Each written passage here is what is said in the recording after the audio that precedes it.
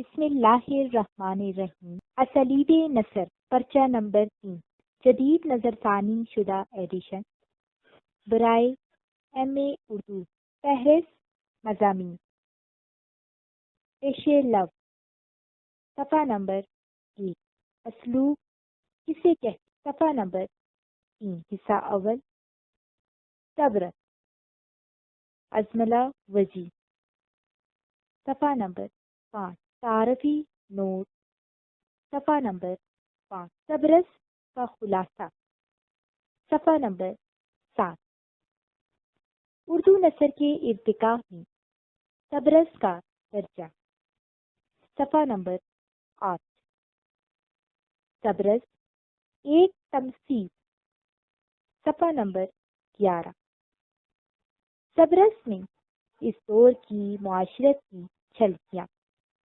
صفحہ نمبر 12، صبرس کی سب سے بڑی خصوصیت ترقی یافتہ زبان، صفحہ نمبر 16، صبرس صرفی اور نحوی خصوصیات، صفحہ نمبر 18، کردار نگاری، صفحہ نمبر 21، خطوط غالب، عرض مرزا غالب، صفحہ نمبر 25، تعارفی نوٹ، صفحہ نمبر 25، تعارف، صفحہ نمبر 30، خطوط غالب کی نثر کی خوبیاں، صفحہ نمبر 30، جدید ترازی، صفحہ نمبر 31، شوخی تحریر، صفحہ نمبر 31، جزیات نگاری، صفحہ نمبر 32، منظر کشی، صفحہ نمبر 32، تکلفی اور سادگی، صفحہ نمبر 35، رفع تاثر، رپورتاژ، صفحہ نمبر 34، انشائیہ نگاری، مکالمہ نگاری، صفحہ نمبر 34، ڈرامہ، صفحہ نمبر 34، آپیتی، صفحہ نمبر 35، مختصر کہانی، صفحہ نمبر 36، مجموعی جائزہ، صفحہ نمبر 36، مضامین سر سید سر سید احمد خان،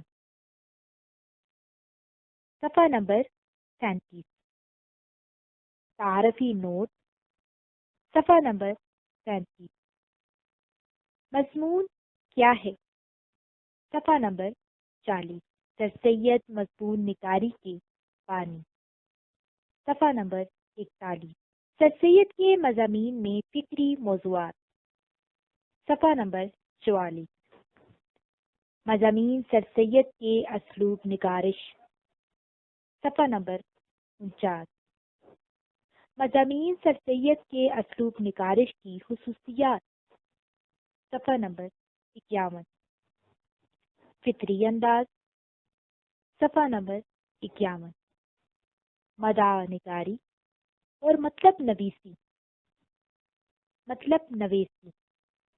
صفحہ نمبر 51، سہل نگاری، صفحہ نمبر 52، معقولیت اور عقل پسندی، صفحہ نمبر 52، اجتماعیت اور جمہوریت، صفحہ نمبر 52، سر سید کا اثر ادبیات اردو پر، صفحہ نمبر 53، ادبی تنقید، صفحہ نمبر 53، صحافت، صفحہ نمبر 54، مکتوب نگاری، صفحہ نمبر 54، سوا عمری، صفحہ نمبر 55، ناول نگاری، صفحہ نمبر 56، جدید نثر کے بانی سر سید، صفحہ نمبر 58، حصہ دوئیں، سیرت النبی صلی اللہ علیہ وآلہ وسلم، جلد اول، از مولانا شبلی نعمانی، صفحہ نمبر 61۔ تعارفی نوٹ، صفحہ نمبر 61۔ صبح عمری کیا ہے؟ صفحہ نمبر 5۔ سیرت النبی صلی اللہ علیہ وآلہ وسلم، صفحہ نمبر 63۔ سیرت النبی صلی اللہ علیہ وآلہ وسلم اور اصول سیرت نگاری، صفحہ نمبر 64۔ شبلی کا نظریہ تاریخ، صفحہ نمبر 69۔ شبلی کا اسلوب بیان، صفحہ نمبر 69۔ خطابیہ انداز، صفحہ نمبر اعجاز و اختصار، صفحہ نمبر 70۔ استعارہ، صفحہ نمبر 31۔ محاورہ بندی، صفحہ نمبر 66۔ صفحہ نمبر 71۔ فارسی تراکیب، صفحہ نمبر 72۔ بے ساختگی، صفحہ نمبر 72۔ طنز و تعریض، صفحہ نمبر 73۔ نیرنگ خیال از محمد حسین آزاد، صفحہ نمبر 74۔ تعارفی نوٹ، صفحہ نمبر 74۔ تمثیل، صفحہ نمبر 76۔ تعارف نیرنگ خیال، صفحہ نمبر 77۔ محمد حسین آزاد کی تمثیل و نگاری، صفحہ نمبر 79۔ محمد حسین آزاد کی مرکہ نگاری، صفحہ نمبر 80۔ محمد حسین آزاد کی انشائیہ نگاری، صفحہ نمبر 82۔ آزاد کے اسلوب نگارش، صفحہ نمبر 86۔ حیات جاوید از الطاف حسین حالی، صفحہ نمبر 91۔ تعارفی نوٹ، صفحہ نمبر 91۔ حیات جاوید کا تعارف، صفحہ نمبر 93۔ حالی کی فن سواہ نگاری، صفحہ نمبر 93۔ سواہ نگاری کی خوبیاں، صفحہ نمبر 94۔ حیات جاوید مدلل مراجی، کتاب المناقب، جدرخی تصویر، صفحہ نمبر 100۔ مولانا حالی کی اسلوب بیان، صفحہ نمبر 103۔ حصہ سوئیں غبار خاطر از ابوالکلام آزاد، صفحہ نمبر 108۔ تعارفی نوٹ، صفحہ نمبر 108۔ غبار خاطر کا تعارف، صفحہ نمبر 109۔ غبار خاطر کا اسلوب، صفحہ نمبر 109۔ سادہ بیانی، صفحہ نمبر 109۔ اشعار کا استعمال، صفحہ نمبر 111۔ مربوط نثر، صفحہ نمبر 111۔ شیرنی لطافت و نزاکت، صفحہ نمبر 112۔ الفاظ کا برمحل استعمال، صفحہ نمبر 113۔ جوش و اثر، صفحہ نمبر 113۔ اثر انگریزی، صفحہ نمبر 114۔ ذوق جمالیات، صفحہ نمبر 115۔ خطابیہ انداز، صفحہ نمبر 115۔ اردو خطوط نگاری میں ابوالکلام کا مرتبہ، صفحہ نمبر 115۔ مجموعی جائزہ، صفحہ نمبر 118۔ مضامین رشید از رشید احمد صدیقی، صفحہ نمبر 119۔ تعارفی نوٹ، صفحہ نمبر 119۔ مضامین رشید کا تعارف، صفحہ نمبر 121۔ مضامین رشید کے اسلوب کی نمایاں خصوصیات، صفحہ نمبر 121۔ بات سے بات نکالنا، صفحہ نمبر 123۔ خطابیہ انداز، صفحہ نمبر 124۔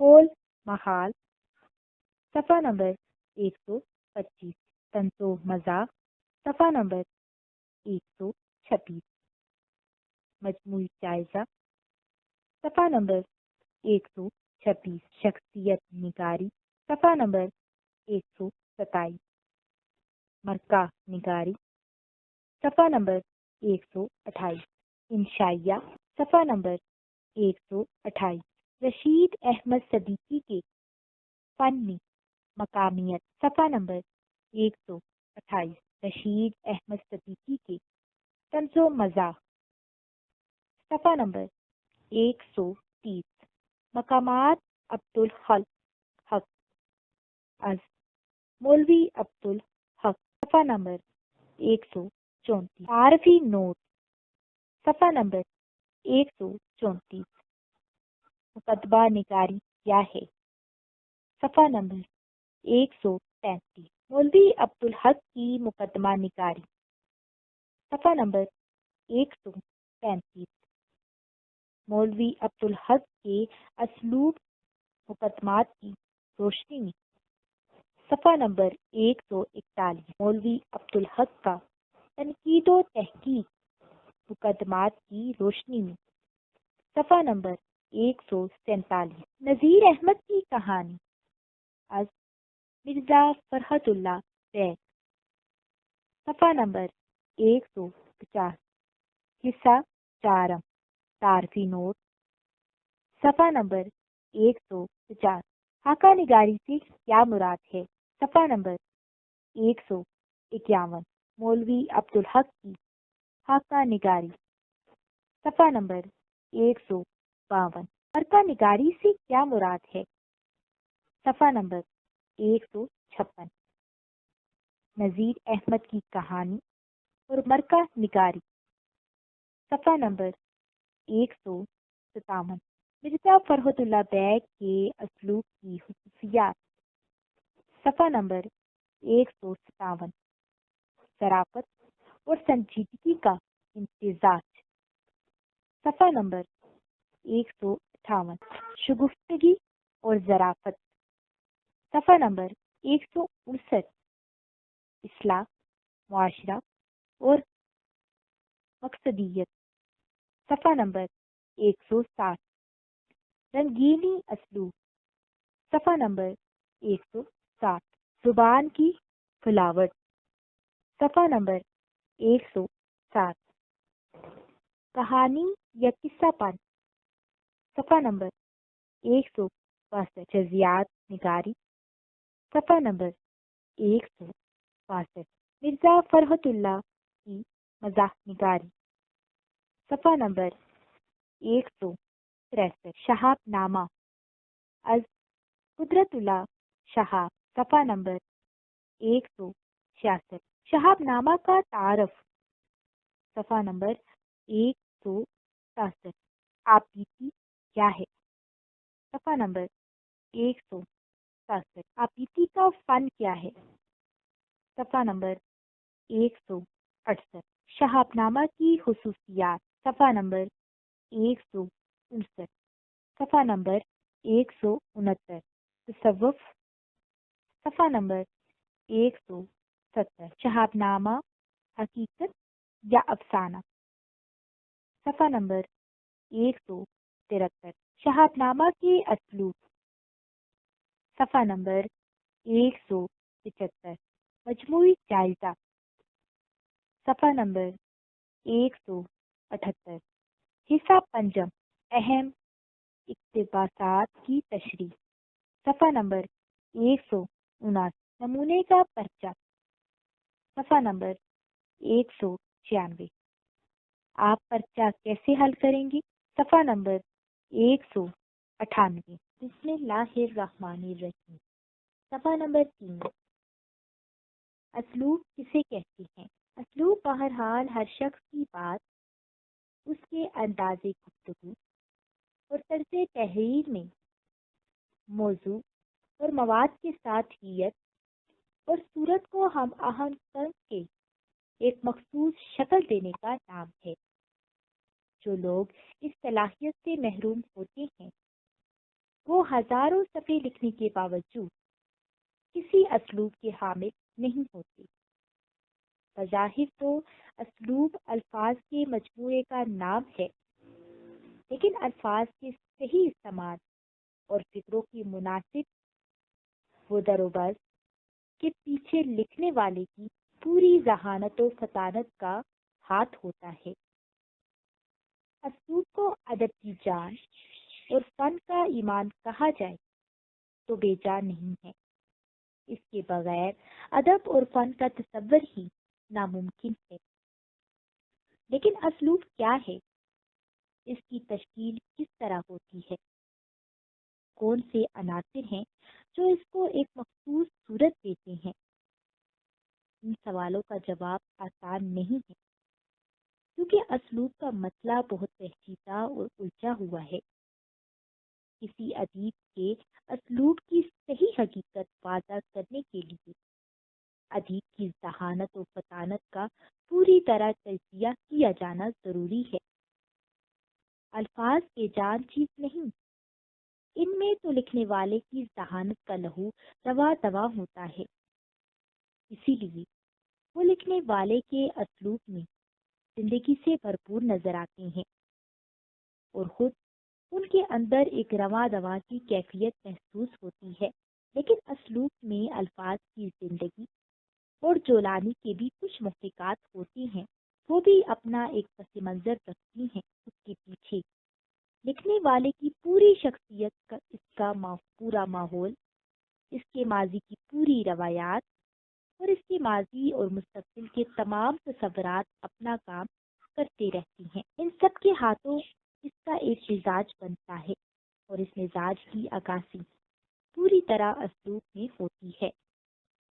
یہی سبب ہے کہ اسلوب کا تجزیہ خاصا مشکل کام ہے، لیکن تجزیہ کرنے والوں کو یہ اندازہ نہیں ہوتا کہ اس کا آغاز کہاں سے کیا جائے اور کون سی باتوں کو تجزیے میں زیادہ اہمیت دی جائے۔ اس لیے بیشتر تجزیہ کرنے والے اسلوب کے متعلق یا تو سطحی یا فروعی باتوں میں الجھ کر رہ جاتے ہیں، یا پھر کسی ایک پہلو پر اتنا زور دیتے ہیں کہ ان کا تجزیہ محدود ہو کر رہ جاتا ہے۔ فلابیر کے مطابق اسلوب صرف لکھنے کا نام ہی نہیں ہے، بلکہ جینے، زندہ رہنے اور اپنے وجود کو ثابت کرنے کا نام ہے۔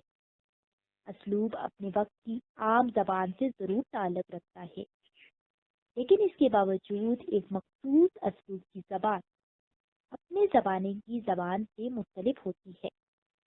اس کا مخصوص لب و لہجہ، ایک مخصوص انداز، ایک مخصوص آہنگ اور اپنی ایک مخصوص آواز رکھتا ہے، جو اپنے زمانے سے تعلق رکھنے کے باوجود اچھوتی اور نئی ہوتی ہے۔ اس کو پہچانا جا سکتا ہے، وہ دلوں میں اتر سکتی ہے اور حواس پر چھا سکتی ہے۔ اس کے اثرات گہرے اور دیرپا ہوتی ہیں۔ جو بات اس مخصوص آواز میں دوسروں تک نہ پہنچائی جائے، اس پہ تاثر کا وہ سحر نہیں ہوتا جو ادبی فن پارے کے لیے ضروری ہے۔ اسلوب ہی اس سحر کو پیدا کرتا ہے۔ چنانچہ ادب کے لیے ایک مخصوص اسلوب ازبز لازمی اور ضروری ہے۔ ادب اور اسلوب لازم و ملزوم ہے۔ ادب کے بغیر اسلوب اور اسلوب کے بغیر ادب کا تصور ناممکن ہے۔ اعلیٰ ادبی اسلوب وہی ہے جو انسان کے تمام حواس کو متاثر کرے اور اس میں وہ ظاہری حسن بھی ہو جس کو دیکھ کر ذوق نظر کی تسکین ہو سکے۔ عزیز طلبہ، یہ آڈیو ریکارڈنگ آپ کے لیے ہیومینیٹیرین ڈیولپمنٹ آرگنائزیشن ایبٹ آباد کے ذریعے اہتمام کی گئی۔ ہیومینیٹیرین ڈیولپمنٹ آرگنائزیشن ایبٹ آباد 2011 سے اپنی مدد آپ کے تحت صحت، تعلیم اور معاشی خود مختاری کے شعبوں میں بہتری کے لیے کوشاں ہے۔ ادارہ نے نہ صرف خیبر پختونخوا بلکہ ملک بھر کے نابینا طلباء کی تعلیمی مشکلات اور رکاوٹوں کو دور کرنے کے لیے ایف اے تا ماسٹرز لیول کی نصابی کتب اور کورسز، جن میں علامہ اقبال اوپن یونیورسٹی کے کورسز بھی شامل ہیں، کو آڈیو ریکارڈنگ میں منتقل کرنے کا اہتمام کیا ہے تاکہ نابینا طلباء اعلیٰ تعلیم تک رسائی حاصل کر کے ملک و قوم کی ترقی اور خوشحالی میں اپنا بھرپور کردار ادا کر سکیں۔ یہ تمام آڈیو ریکارڈنگز نابینا طلباء کو بالکل مفت فراہم کی جا رہی ہیں۔ نابینا طلباء کے علاوہ دیگر طلباء بھی اس تعلیمی سہولت سے استفادہ کر سکتے ہیں۔ ہیومینیٹیرین ڈیولپمنٹ آرگنائزیشن ایبٹ آباد، ای میل HDOATD@gmail.com، ویب سائٹ HDORG.net، رابطہ نمبر 03459541 یعنی 0345 9541 838۔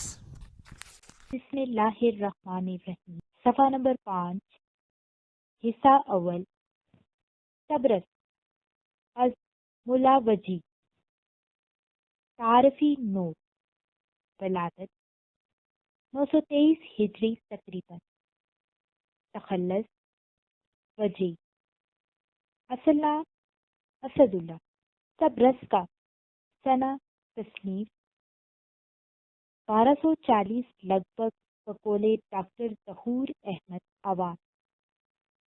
تبرز کو اور کس نام سے یاد کیا جاتا ہے؟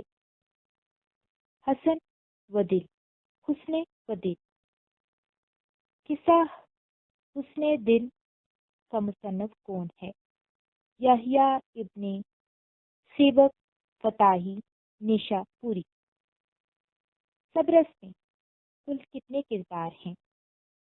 72۔ 5000 اشعار پر مشتمل مثنوی فتاحی نیشا پوری نے لکھی نام کیا ہے؟ دستور الاشعار۔ دستور الاشعار کو 2 الگ الگ کہانیوں میں تحریر کیا، نام کیا ہے؟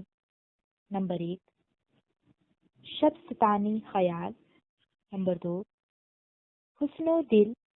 حسن و دل دستور الاشعار کا نثری خلاصہ ہے۔ دستور الاشعار کے تراجم 1801 میں ڈبلن میں آرتھر براؤن، 1827 میں ویلیم پرائس، 1889 میں جرمن ڈاکٹر رودولف۔ کس نے ملا وجی کو اردو انشاء کا بابا عادت قرار دیا؟ ڈاکٹر جاوید بشٹر۔ وصال العاشقین تبرز کی منظور صورت ہے، صنف کا نام کیا ہے؟ حسین ذوقی آپرا کس کی تصنیف ہے؟ ملا وجی۔ تبرز پر مقدمہ کس نے لکھا؟ بابائے اردو مولوی عبدالحق۔ کتب مشتری اور تاج الحقائق کس کی تصنیف ہے؟ ملا وجی۔ سوال نمبر 1، اردو نثر کے ارتقاء میں تبرز کا درجہ متعین کیجیے۔ سوال نمبر 2، تبرز ایک کامیاب تمثیل ہے، بحث کیجیے۔ سوال نمبر 3، تبرز میں اس دور کی معاشرت کی جھلک نظر آتی ہے، بحث کیجیے۔ سوال نمبر 4، تبرز کی سب سے بڑی خصوصیت اس کی ترقی یافتہ زبان ہے، بحث کیجیے۔ سوال نمبر 5، تبرز کی صرفی اور نحوی خصوصیات بیان کریں۔ سوال نمبر 6، تبرز کی کردار نگاری پر نوٹ لکھیں۔ بسم اللہ الرحمن الرحیم۔ صفحہ نمبر 7، تبرز کا خلاصہ۔ سوال و جواب لکھنے سے پہلے تبرز کا خلاصہ پیش خدمت ہے تاکہ طلباء و طالبات کو ملا وجی کی کتاب کے بارے میں آگہی ہو سکے اور سوال و جواب سمجھ میں آ سکیں۔ خلاصہ۔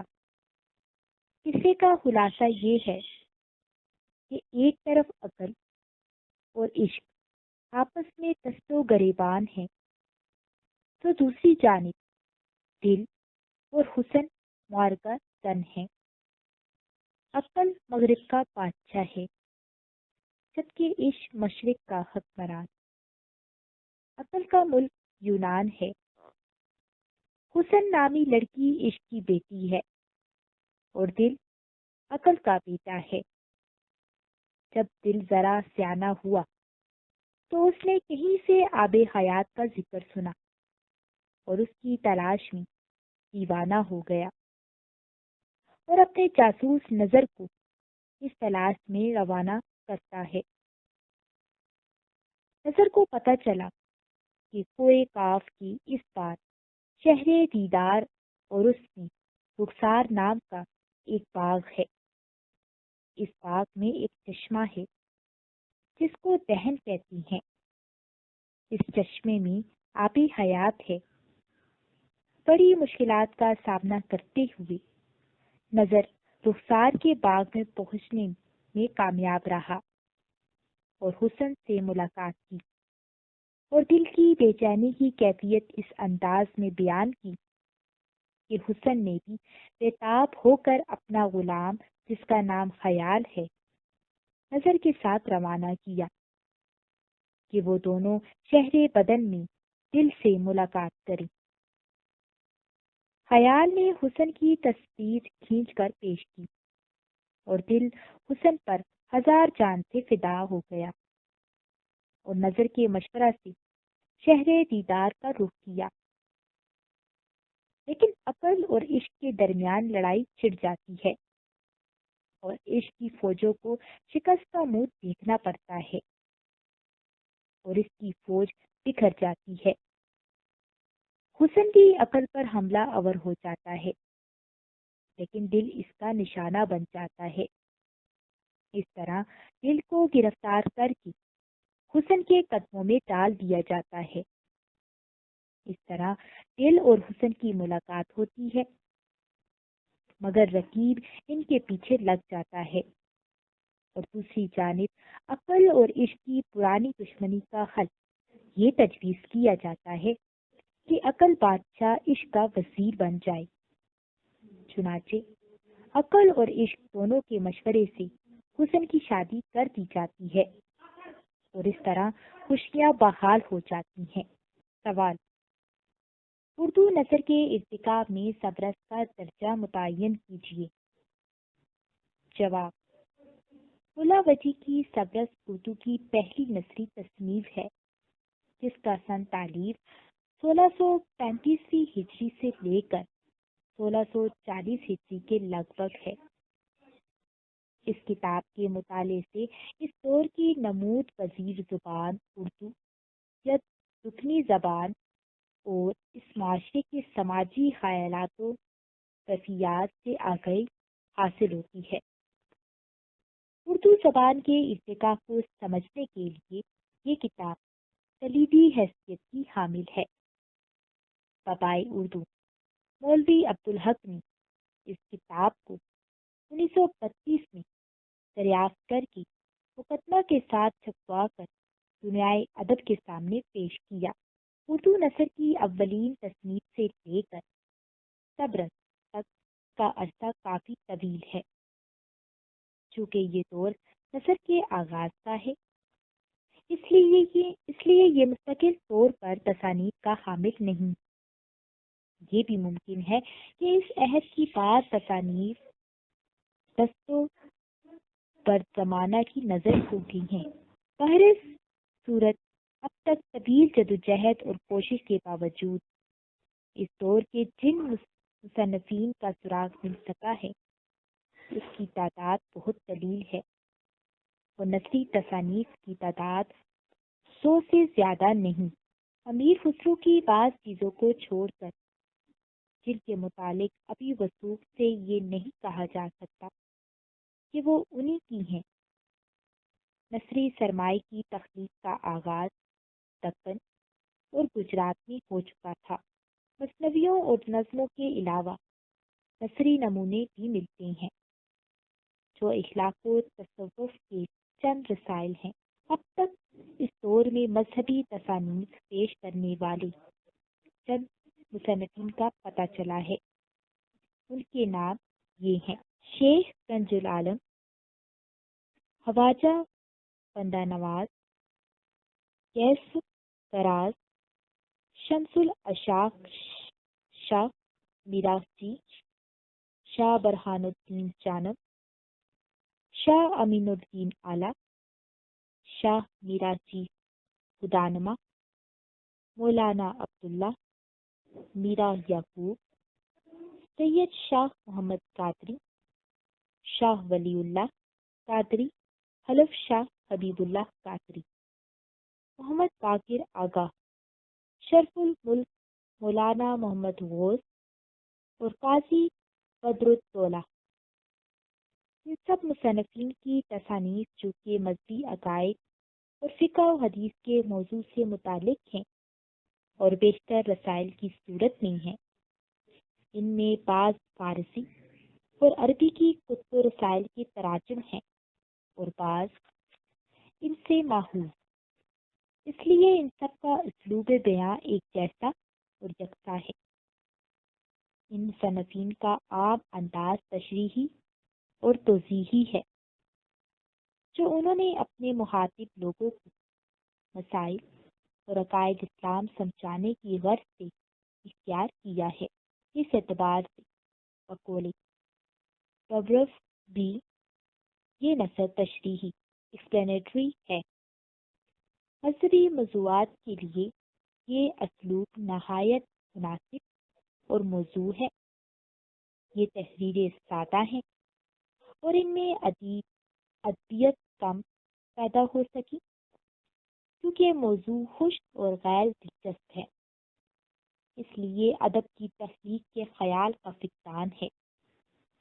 بقول ممتاز منگلوری، ابتدائی زبان لکھنے والوں کے لہجے میں سادگی اور بولا پن، لفظوں کے استعمال میں بے قاعدگی، تلفظ اور قواعد زبان کے استعمال میں بے توجہی ملتی ہے، اور اردو نثر کے یہ ابتدائی نمونے بھی نثری اعتبار سے ڈھیلے ڈھالے ہیں۔ ان میں منظم صورت نہیں ملتی، جو ایک اچھی نثر کے لیے ضروری ہے۔ بقول ممتاز منگلوری، دراصل اردو نثر کے اسلوب نے سب رسم انگڑائی لی اور اسلوب جاگ اٹھا۔ یہ انگڑائی تجربات میں ڈوب کر پیدا ہوئی، جو قوموں کے اجتماعی تجربات کا نتیجہ ہوتی ہے۔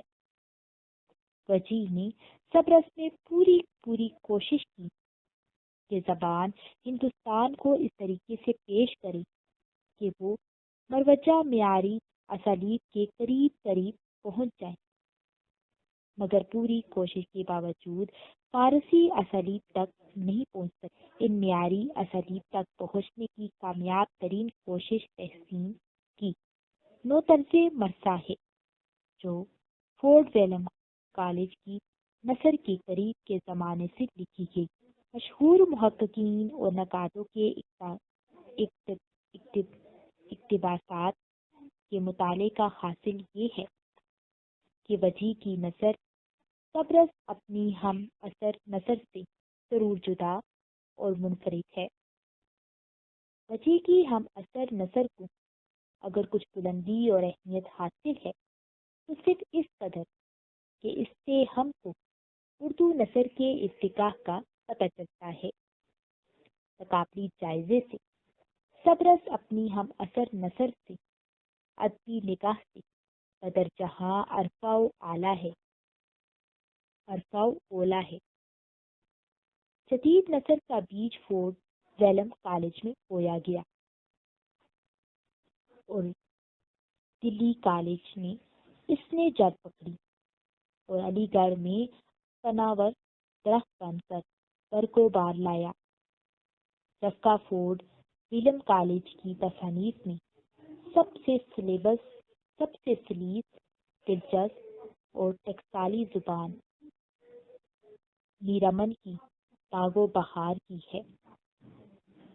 لیکن اس کا انداز قصہ کہانی کے لیے موزوں ہے۔ اس زبان میں سنجیدہ مباحث کو عملی اور ادبی رنگ میں پیش کرنا نامناسب ہے اور نہ ہی ممکن ہے۔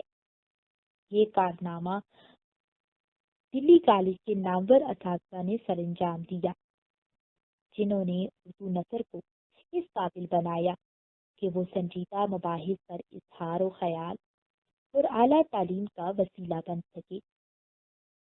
غالب نے اپنے خطوط میں اردو نثر کے لیے پہلے پہل استضاء کا انکشاف کیا، جس میں بعد کے آنے والوں نے زبان اور ادب کے ایسے کرشمے دکھائے جن کا اس سے پہلے بمشکل تصور کیا جا سکتا تھا۔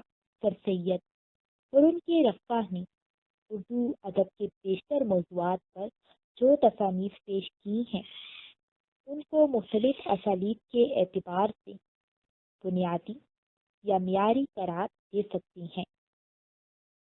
سر سید کی اردو اتنی تراشی ہوئی یا آراستہ نہیں ہے جتنی ان کے رفقا کی ہے۔ اس دور میں نثر تعقل اور سنجیدگی سے آزاد ہو کر ہلکی پھلکی، جذباتی اور نیم عقلی تحریروں میں ڈھل گئی ہے۔ یہ دور 1930 تک رہا۔ 1935 سے اردو نثر کا سائنٹیفک دور شروع ہوا۔ اس دور میں ادیبوں نے جذباتی سچائی کے بجائے سائنٹیفک سچائی کو موضوع بنایا۔ یہ دور مولوی عبدالحق سے شروع اور سید عبداللہ پر آ کر ختم ہوتا ہے۔ زبانیں مقام عروج تک پہنچنے میں بہت زیادہ وقت لیتی ہیں۔ اردو نثر نے تو بہت تیزی سے ارتقائی مسافتوں کو قطع کیا۔ الغرض اس طویل ارتقائی سفر کا نقطۂ آغاز طبرس ہے۔ اردو نثر کا خوش رنگ، خوش آہنگ نقشہ اور حیت جو آج ہمیں نظر آ رہی ہے، اس میں ابتدائی رنگ کرنے کا اعزاز وجیح کو حاصل ہے، اور اردو کے نثری ادب میں طبرس کا درجہ نہایت بلند و بالا اور وسیع ہے۔ طبرس اگرچہ اولین کوشش ہے مگر بہترین کوشش ہے۔ صفحہ نمبر 11 سوال: صبرس ایک کامیاب تمثیل یعنی ایلیگوری ہے، بحث کیجیے۔ صبرس ایک تمثیل ہے۔ تمثیل کسے کہتے ہیں؟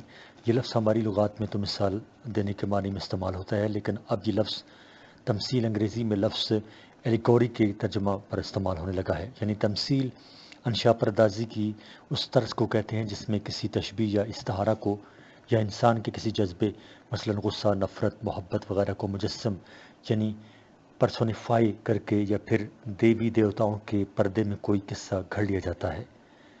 ایسے قصوں کا مقصد دراصل کسی اخلاقی یا اصلاحی سبق کا دینا ہوتا ہے۔ قصے کو یہ ڈھنگ عموماً اس لیے دیا جاتا ہے تاکہ عام لوگ اس اخلاقی یا اصطلاحی نقطہ کو قصہ کے پردے میں بآسانی قبول کر لیں۔ تمثیل نگاری کا بھی طریقہ اس وقت برتا جاتا ہے جب سماجی روایتوں کی پابندی یا حکومت کے احکام کی بات کو اعلانیہ طور پر ظاہر کرنے کو منع کرتے ہوں۔ بقول پروفیسر محمد ارشد کیانی، تمثیل 3 قسم کی ہوتی ہے۔ نمبر 1، خواب کی صورت میں۔ پوری کہانی ایک خواب کی صورت میں وجود میں آتی ہے اور خواب ہی پر ختم ہوتی ہے اور خواب پر ہی ختم ہو جاتی ہے۔ 2، خیال کی صورت، یعنی بعض دفعہ خواب کی بجائے ایک خیال کی صورت ہوتی ہے اور لکھنے والا ایک موڈ میں بیٹھا اور تھوڑے عرصے میں ساری کہانی نمو پذیر ہو گئی۔ 3، بعض دفعہ عام بیانیہ یعنی نیریٹو انداز اختیار کیا جاتا ہے، یعنی کسی کی کہانی کسی کی زبانی مگر ایلیگری کی بنیاد سے چلتی ہے۔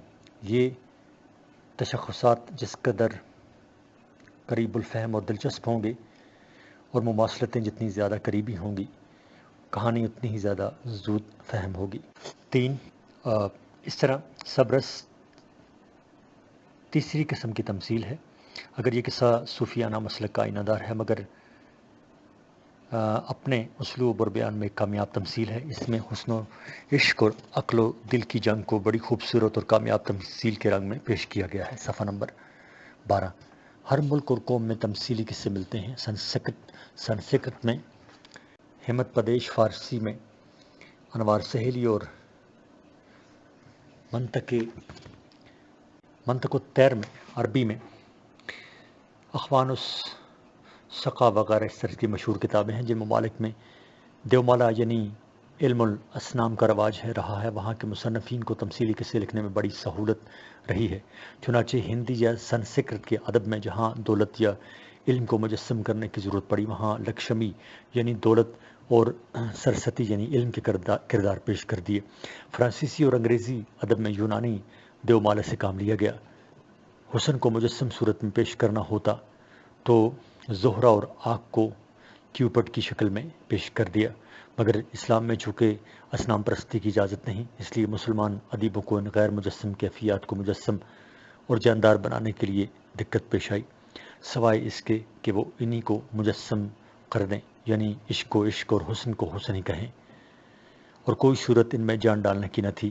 ظاہر ہے ایسی صورت میں قصے میں وہ جانداری نہیں پیدا ہو سکتی جیسی دیومالا میں اختیار کرنے والوں کو ہو سکتی ہے۔ یہی وجہ ہے کہ اسلامی ممالک میں جہاں بھی تصانیف میں یہ انداز اختیار کیا گیا، ان کے کردار بے جان پتلے معلوم ہوتے ہیں، باوجود یہ کہ وہ باتیں بھی کرتے ہیں اور ان سے بعض افعال بھی سرزد ہوتے ہیں۔ صبرس بھی ایک تمثیل ہے، اگرچہ عزیز احمد نے ترقی پسند ادب میں تحریر کیا ہے کہ صبرس میں ناول کے خد و خال نظر آتے ہیں۔ سوال: صبرس میں اس دور کی معاشرت کی جھلک نظر آتی ہے، اس کول پر بحث کیجیے۔ یہ ایک فطری امر ہے کہ ادیب جواب اس کا یہ ہے کہ یہ ایک فطری امر ہے کہ ادیب اپنے عہد سے ضرور متاثر ہوتا ہے، کیونکہ وہ اس معاشرے کا حصہ ہوتا ہے جس میں وہ رہ رہا ہو، اس لیے روزمرہ زندگی میں اچھی بھلی روایات سے اس کا واسطہ پڑتا ہے، اور اس طرح وہ غیر محسوس طریقے سے ان کا اثر قبول کرتا ہے اور اپنی تحریروں میں ان کا جا بجا ذکر بھی کرتا ہے۔ یہ دراصل عصری تقاضے ہیں جو ادیب کو ایسا کرنے پر مجبور کرتے ہیں۔ یہی وجہ ہے کہ جب فورٹ ولیم کالج کے منشی قوقاف روم اور شام کے علاقوں کا ذکر کرتے ہیں تو وہ دلی اور لکھنؤ کے علم و فنون اور رسم و رواج کا ذکر کیے بغیر نہیں رہ سکتے۔ عرب شہزادے دلی دربار کے شہزادے معلوم ہوتے ہیں۔ وہ دلی کی صفحہ نمبر 13 وہ دلی کی زبان روزمرہ اور محاورے میں بات کرتے ہیں۔ ان کے کھانے پینے اٹھنے بیٹھنے کے عادات تب سب کے سب دہلوی ہیں۔ وجہی عبداللہ کلی اور قطب شاہ کا درباری شاعر ہے۔ وجہی عبداللہ کلی اور قطب شاہ کا درباری شاعر ہے۔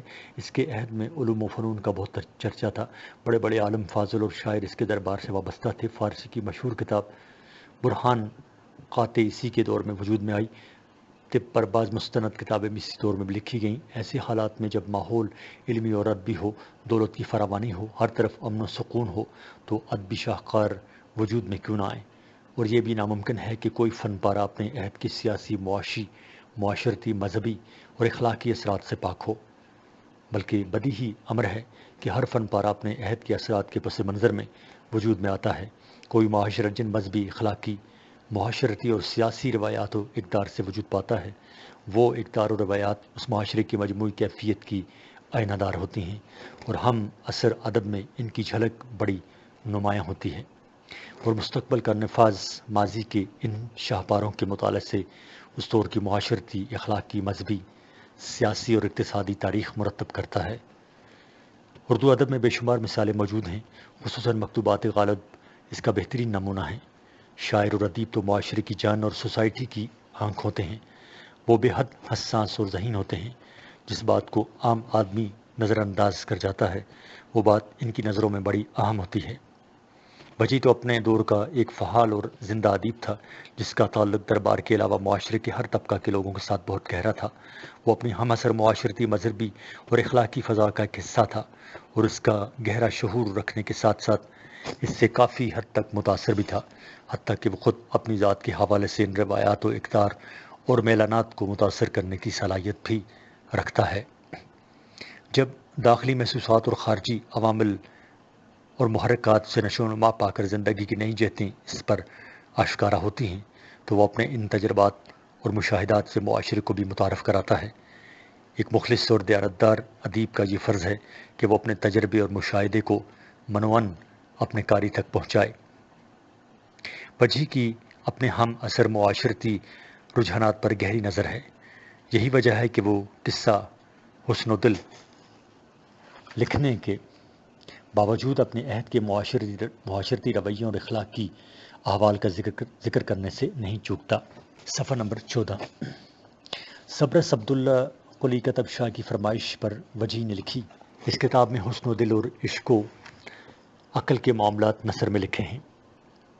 انسانی جذبوں، محبت، نفرت اور غصہ وغیرہ کو مجسم مان کر یا دیوی دیوتاؤں کے پردے میں کوئی قصہ گھڑ لیا جاتا ہے۔ ایسے قصوں کا مقصد دراصل کوئی اخلاقی یا اصلاحی سبق دینا ہوتا ہے، اور قصے کو یہ رنگ عموماً اس لیے دی جاتا ہے تاکہ تمام لوگ اس اخلاقی یا اصلاحی نکتہ کو قصے کے پردے میں آسانی سے قبول کر لیں۔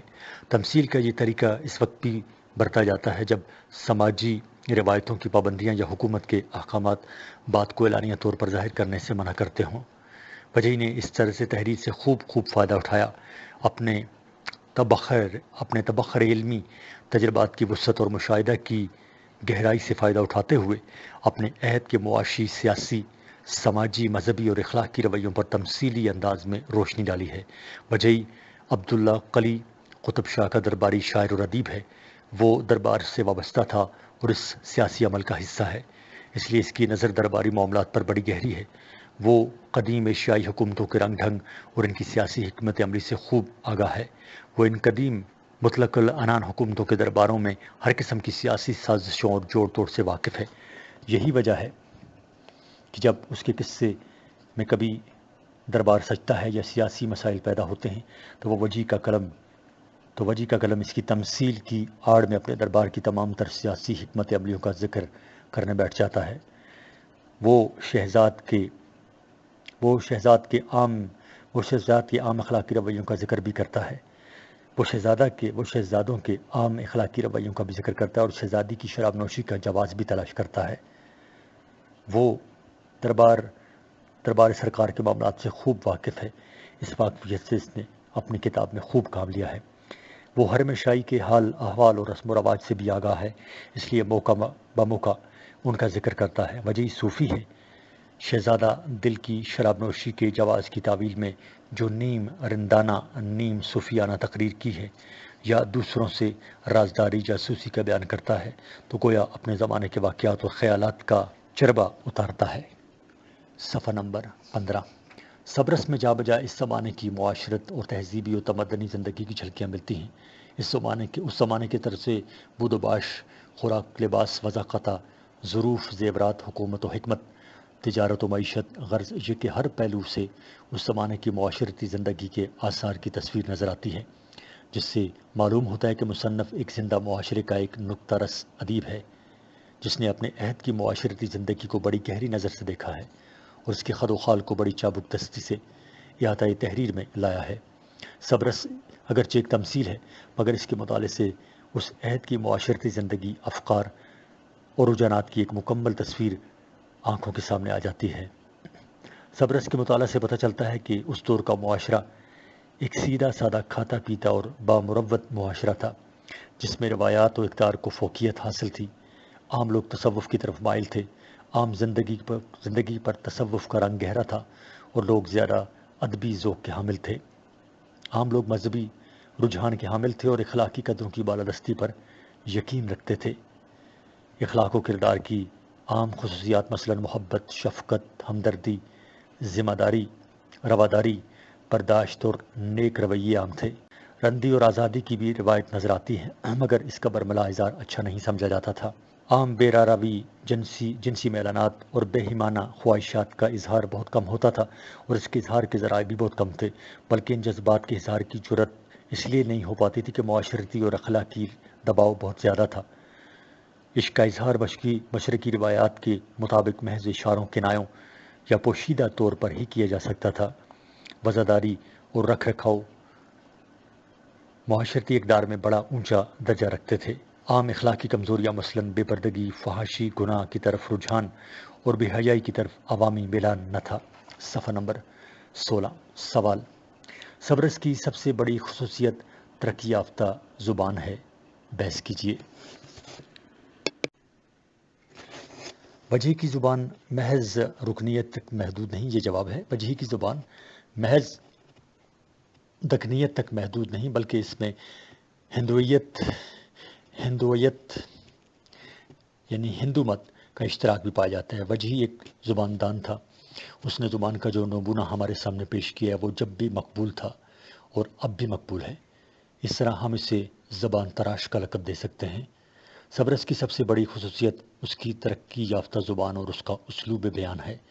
صبرس کی زبان کو اس کا مصنف ہندی زبان کے نام سے یاد کرتا ہے، جس کا مطلب یہ ہوا کہ اس زمانے میں ہندی زبان شمالی ہند کی زبان کا دکن والوں پر اتنا اثر پڑ چکا تھا کہ دکن کا مصنف اس زبان کو گجراتی یا دکنی زبان کہنے کی بجائے ہندی زبان کہتا ہے۔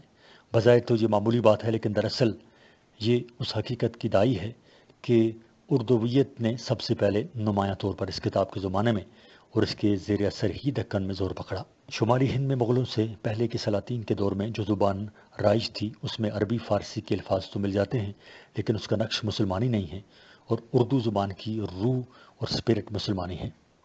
صبرس اور وجہی کے معاصرین کے ذریعے ہمارے ہاں اردو نے جڑ پکڑی۔ صبرس کا لسانی دائرہ بھی کافی وسیع ہے، اس میں شمالی ہند کی زبانوں برج بھاشا، گوالیاری، راجستھانی اور دوسری زبانوں کے محاورے، ضرب الامثال اور اثرات پائے جاتے ہیں۔ وجہی نے شمالی ہند اور جنوبی ہند کی زبانوں کی خلیج کو مٹانے کی کوشش کی ہے، اگرچہ میر تقی میر نے دکنی زبانوں کو در خور اعتنا نہیں سمجھا اور اسے نثر بے رتبہ کہہ کر نظر انداز کر دیا، لیکن صبرس کی لسانی حیثیت مسلمہ ہے۔ اس نے باب مراتب اور فرق مراتب کو ختم کر کے ہمیں نئی زبان دی ہے۔ وجہی کی نثر کو اگر آج بھی غور سے پڑھا جائے تو ہم تقریباً تمام کی تمام زبان کو سمجھ سکتے ہیں، اور زبان ہے بھی خاصی دلچسپ۔ چنانچہ پروفیسر شیرانی لکھتے ہیں، صفحہ نمبر 17، جو چیز صبرس کو ہماری نگاہ میں سب سے زیادہ قیمتی بناتی ہے وہ اس کی اسالیب ہیں۔ جب ہم ان اسالیب کا موجودہ زبان سے مقابلہ کرتے ہیں تو آج کی زبان میں اور اس زبان میں بہت خفیف سا، یعنی بہت حقیر سا، بہت تھوڑا سا معمولی سا فرق معلوم ہوتا ہے۔ صبرس میں پہلی دفعہ زبان اردو کی ایک ترقی یافتہ صورت ہمارے سامنے آئی، اور پہلی دفعہ زبان کی ایسی اسالیب اور زبان کے ایسے خصائص وجود میں آئے جن کی بنا پر صبرس کی زبان صبرس سے پہلے مصنفوں کی زبانوں سے اور اپنے محاصروں کی زبانوں سے علیحدہ ہو گئی۔ صبرس کی زبان گوئی 400 سال پرانی ہے، اور وہ بھی دکن کی، اور اس میں بہت سے لفظ اور محاورات ایسے بھی ہیں جو اب بالکل متروک ہیں اور خود اہل دکن بھی نہیں بولتے۔ اس پرانی اور قدیم زبان کے بعض پرانے الفاظ و محاورات آج کل سمجھ نہیں آتے، لیکن یہ حقیقت ہے کہ وجہی نے اپنے زمانے کی محاورہ اور فصیح ترین زبان لکھی ہے، اور اس کو اس کا احساس بھی تھا۔ وہ خود لکھتا ہے، آج لگن کوئی اس جہان میں ہندوستان میں ہندی زبان سوں اس لطافت اور اس چھنداں سوں ظلم ہور نثر ملا کر گھلا کر نہیں بولیا۔ وجہی اپنی زبان کو دکنی نہ کہہ کر ہندی کہتا ہے۔ قصہ کی ابتدا پر بھی وہ بغلی سرخی آغاز داستان زبان ہندوستان لکھتا ہے، اور اپنی مائناز تصنیف میں جگہ جگہ نہایت بے تکلفی سے ہندی، دکنی، فارسی، عربی، نیز مراٹھی ضرب الامثال، دوہرے اقوال و اشعار وغیرہ نہایت روانی سے لکھتا چلا جاتا ہے، مگر کتاب کے بغور مطالعہ سے یہ احساس ہوتا ہے کہ مصنف شمالی ہند اور دکن کی زبان میں فرق کرتا ہے۔ کتاب کے بغور مطالعہ سے یہ بھی اندازہ ہوتا ہے کہ وجہی نے عربی فارسی الفاظ کے ساتھ ہندی الفاظ بھی بکثرت استعمال کیے ہیں۔ لطف کی بات یہ ہے کہ بعض محاورات صدیاں گزر جانے کے باوجود آج بھی بالکل اسی طرح استعمال ہوئے ہیں جس طرح وجہی نے استعمال کیے تھے، جیسے شان نہ گمان، خالہ کا گھر، کہاں گنگا تیلی، کہاں راجا بھوج، شرم حضوری، دیکھا دیکھی وغیرہ وغیرہ، صفحہ نمبر 18۔ وجہی کی عبارتوں میں عربی فارسی ضرب الامثال بکثرت موجود ہیں، بلکہ اس نے عربی فارسی ترکیبوں کو اردو میں جذب کر کے زبان کا ایک ڈھانچہ تیار کیا، اور پھر ہندوستان بھر کی زبانوں کے مطالعہ کے پیش نظر ہر خطے کی زبان اور خصوصاً شمالی ہند کے محاورے کو اپنے یہاں جگہ دی اور ایک وسیع تر زبان کی بنیاد رکھی۔ وجہی کے اس تجربے نے یہ ثابت کر دیا کہ اردو زبان دوسری زبانوں کے الفاظ کو اپنے اندر سمونے کی صلاحیت رکھتی ہے۔ وجہی نے اردو زبان کے بارے میں یہ بھی ثابت کر دیا کہ ایک اور آہنگ بھی تیار ہو سکتا ہے۔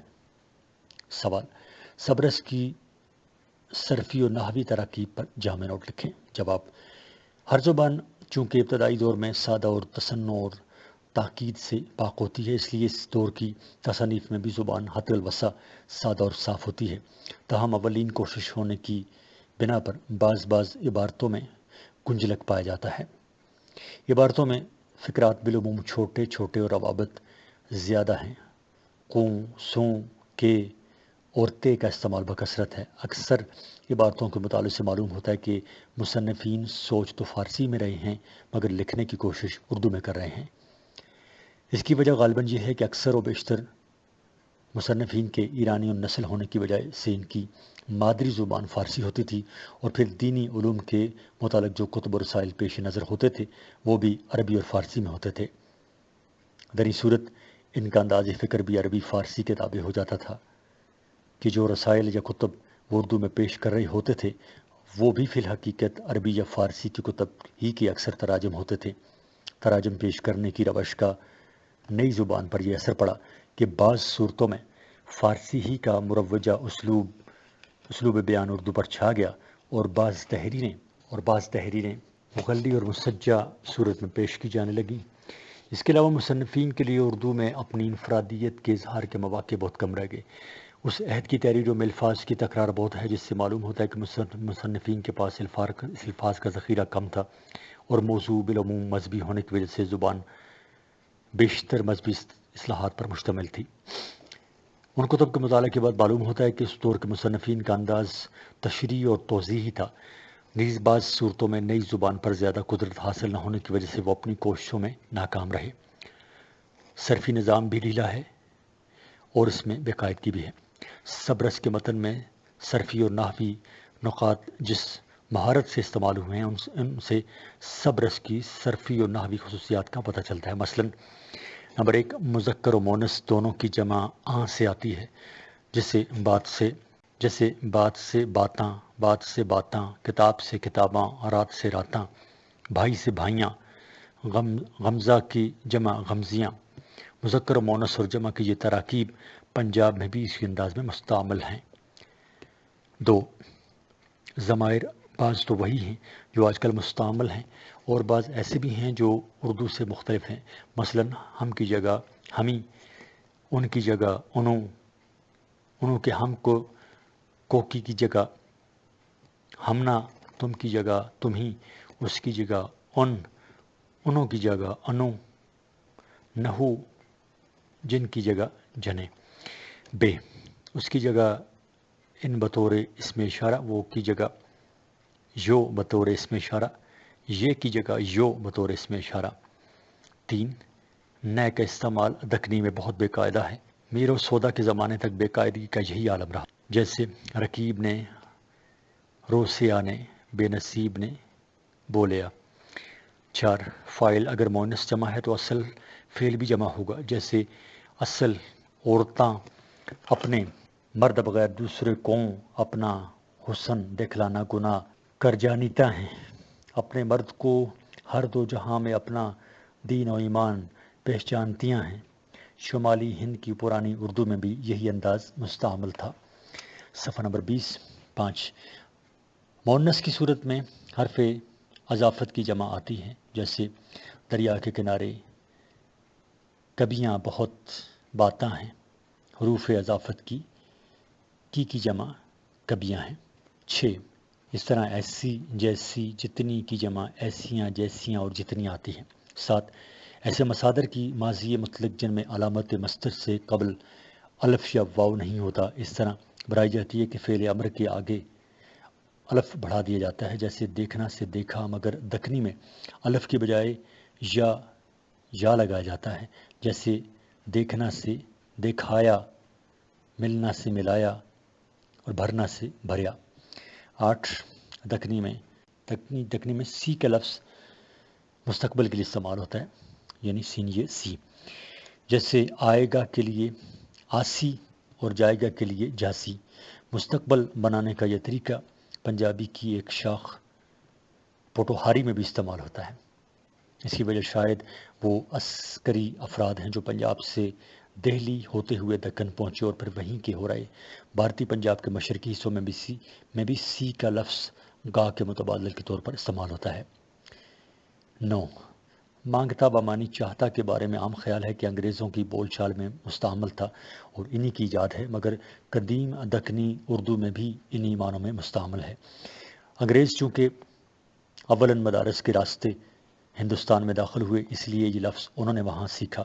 مثلاً اگر اونچا چڑھنے مانگتا ہے تو شراب پی لی۔ 10 الفاظ کی تذکیر و تانیث کے سلسلے میں دلی اور لکھنؤ کی باہمی جنگ تو معلوم ہے، مگر سبرس کی ہم اثر نثر میں بھی تذکیر و تانیث کا کچھ زیادہ خیال نہیں رکھا گیا، چنانچہ شراب خبر صورت دنیا کو مذکر لکھا گیا ہے۔ 11 اکثر عربی الفاظ کی املا سادہ کر دی گئی ہے، یعنی یہ الفاظ جس طرح بولے جاتے تھے اسی طرح لکھ دیے گئے ہیں، چنانچہ تسبیحی، واقعہ کو واقع، منع کو منع، تما کو تما اور وضع کو وضع لکھا گیا۔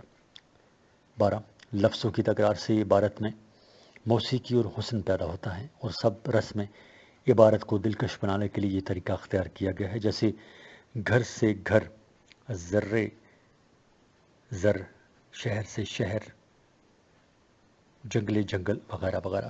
صفحہ نمبر 21 13 اس میں جمع اور مستقبل بنانے کے سلسلے میں تو پنجابی طریقہ کار اختیار کیا گیا، مگر اس میں فائل بنانے کے سلسلے میں اس طریقے کو نظر انداز کیا گیا ہے، بلکہ ہندی اور سنسکرت کے انداز میں اس میں فائل بنائے گئے ہیں، جیسے پیدا کرن ہار، یہ واضح طور پر پیدا کنندہ کا ترجمہ ہے، اسے پیدا کرنے والا بآسانی بنایا جا سکتا تھا۔ 14 فارسی میں گی کا لاحقہ استعمال کر کے بعض الفاظ بنائے جاتے ہیں، مثلاً بندہ سے بندگی، شرمندہ سے شرمندگی اور افسردہ سے افسردگی۔ اسی تقلید میں پریشان سے پریشانگی، حیران سے حیرانگی اور سرگردانگی کے الفاظ بنائے گئے، حالانکہ پریشان سے پریشانی، حیران سے حیرانی اور سرگردان سے سرگردانی مناسب اور صحیح الفاظ ہیں۔ 15 عربی الفاظ کے معنوں میں تصرف اور اس دور کے اکثر مصنفین صوفیاء تھے، اس لیے انہوں نے بعض عربی الفاظ کے معنوں میں تصرف کر کے ان کو نئے معنی دیے، مثلاً تقویٰ بمعنی ترس و پرہیز، مگر دکنی میں ڈھارس اور اطمینان کے معنوں میں استعمال ہوا۔ فتویٰ یعنی فتنی کے معنوں میں مستعمل ہے۔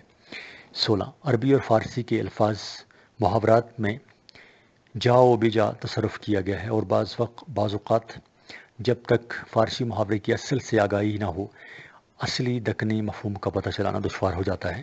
مثلاً اپنا کیا آپ پہ پاوے، کردنی خویش آمدنی درپیش، یہ محاورہ تو پنجابی زبان میں بھی منوان مستعمل ہے۔ اسی طرح آپ پہ کیا اے علاج کیا، خود کردہ درمان چیست۔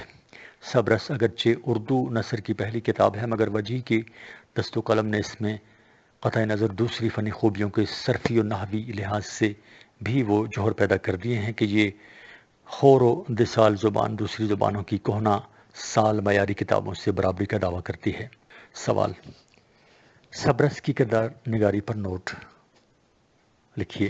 صفحہ نمبر 21 جاری ہے۔ کردار نگاری۔ جواب: کردار نگاری سبرس ایک تمثیلی داستان ہے، اس لیے اس کے سبھی کردار علامتی، تمثیلی اور اس میں بامسمی ہیں۔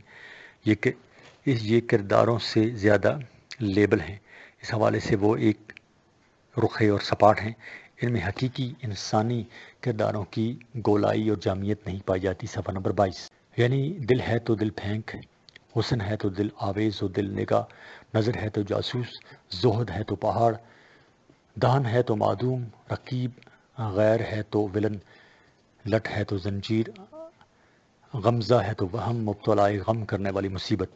سبرس کے کردار: 1 عقل، بادشاہ مغرب، 2 عشق، بادشاہ مشرق، 3 دل، عشق عقل کا بیٹا، 4 حسن، عشق کی بیٹی، 5 نظر، دل کا جاسوس، 6 غمزہ، نظر کا بچھڑا ہوا بھائی، 7 عافیت، شہر، 8 ناموس، ملک عافیت کا بادشاہ، 9 زہد، پہاڑ کا نام، 10 ہدایت، گاؤں کا نام، 11 ہمت، ملک ہدایت کا بادشاہ۔ 12 دیدار ملکیش کا شہر، 13 رخسار شہر دیدار کا باغ، 14 دہن باغ رخسار کا چشمہ، 15 قامت ہمت کا بھائی، 16 رکیب شہر دیدار کا نگہباں، 17 غیر یعنی رکیب کی بیٹی، صفحہ نمبر 23۔ 18 وہم یعنی عقل بادشاہ کا مصاحب، 19 خیال حسن شہزادی کا غلام، 20 حمزہ حسن کا مصاحب، 21 لٹھ شہزادی حسن کی سہیلی، 22 رزق ایک بزرگ درویش، 23 رزق کا فرزند، 24 صبر یعنی عقل کا بادشاہ، عقل بادشاہ کا سپہ سالار، اور 25 مہر کردار ہے یہ، 25واں کردار مہر عشق بادشاہ کا سپہ سالار، صفحہ نمبر 23 ہے۔ یہ کردار اگرچہ لیبل کردار ہیں، اس کے باوجود کافی حد تک انسانی خصائص اور کیفیات سے متصف نظر آتے ہیں۔ محبت، نفرت، حزن، زید و غصے، تغافل، ڈر، خوف، لالچ کے انسانی جذبات سے معمور ہیں۔ اگر نسوانی کردار ہیں تو نسوانیت سے بھرپور ہیں، اگر مردانہ کردار ہیں تو مردانگی کی تصویر۔ ان میں منفی کردار بھی ہیں اور مثبت بھی، ہمدرد اور صلح قلبی ہیں اور دوست ہیں، دشمن ہیں، بادشاہ ہیں، وزیر ہیں، سپہ سالار ہیں، ملازم ہیں، مصاحب ہیں، وفادار ہیں، بے وفا اور دغاباز ہیں۔ کہیں وہ بادشاہوں کی طرح پرجلالت گفتگو کرتے ہیں اور کبھی شہزادیوں کی طرح نرم و نازک سرگوشیاں، کہیں شہزادیاں فرط جذبات میں بہہ کر گلیوں چوباروں کی لڑمرنی عورتوں کی طرح دکھنی عورتوں کے مخصوص محاورے میں لانتے ملامتیں کرتی اور سحرفیاں سناتی نظر آتی ہیں، کہیں دیوپریاں محیر العقول حرکتیں کرتی دکھائی دیتی ہیں۔ کہانی میں اس قدر جان ہے کہ اس میں تھوڑی دور سفر کرنے کے بعد قاری یہ بھول جاتا ہے کہ وہ کسی تمثیلی کہانی یا افسانوی داستان کا مطالعہ کر رہا ہے، بلکہ وہ انسان زندگی کی حقیقی المیوں، عقل و عشق کی آویزشوں، رقیبوں اور دشمنوں کی سازشوں اور انسانی جذبات کے اتار چڑھاؤ کی وارداتوں سے آگاہی حاصل کرنے لگتا ہے۔ یہی اس کہانی کی خوبی ہے کہ اس کے کردار علامتی ہونے کے باوجود اس کے کردار علامتی ہونے کے باوصف قاری کے قریب ہو جاتے ہیں۔ صفحہ نمبر 24۔ قاری ان کے لیبلوں کو ہی اصلی نام جان کر ان سے دوستی کا اظہار کرتے ہیں، تاہم اس تمثیل کا سب سے بڑا کردار خود مصنف کا ہے، جو تار شمع کی طرح اس شعلے کو فروزاں کیے ہوئے ہے۔ مصنف کسی جگہ کتاب، کہانی یا اس کے کرداروں کو تنہا نہیں چھوڑتا۔ مصنف پر یک وقت ہادی، راہبر، مدبر، صوفی، ناصح اور قصہ خواہ نظر آتا ہے۔ اس تمثیل کے کرداروں میں سب سے اہم اور بھرپور کردار نظر جاسوس کا ہے، جو فل ٹائم ایکٹر ہے۔ وہ اپنے مالک شہزادہ دل کا خیر خواہ ملازم ہے۔ مالک کو اپنی منزل مقصود یعنی شہزادی حسن تک پہنچانے کے لیے وہ طرح طرح کے منصوبے بناتا ہے، اپنی جان دکھوں میں ڈالتا ہے۔ وہ گلی گلی کوچا کوچا اڑتا پھرتا ہے اور آخر کار اپنے مقصد میں کامیاب و سرخرو ہو جاتا ہے۔ اس کے علاوہ اس تمثیل کا دوسرا دلچسپ کردار غیر کا ہے، جو اپنی مالکن اور سہیلی کو دغا دے کر اس کے محبوب پر قبضہ کر لیتی ہے۔ اس طرح کہانی میں تصادم و تجسس کے عناصر پیدا ہو جاتے ہیں۔ کہانی کے سینئر اداکار یعنی عقل و عشق بالآخر خاندان کے بزرگوں کی طرح سر جوڑ کر بیٹھتے ہیں اور سمجھوتا کر کے اپنے بچوں کو عقد کی زنجیروں سے باندھ دیتے ہیں۔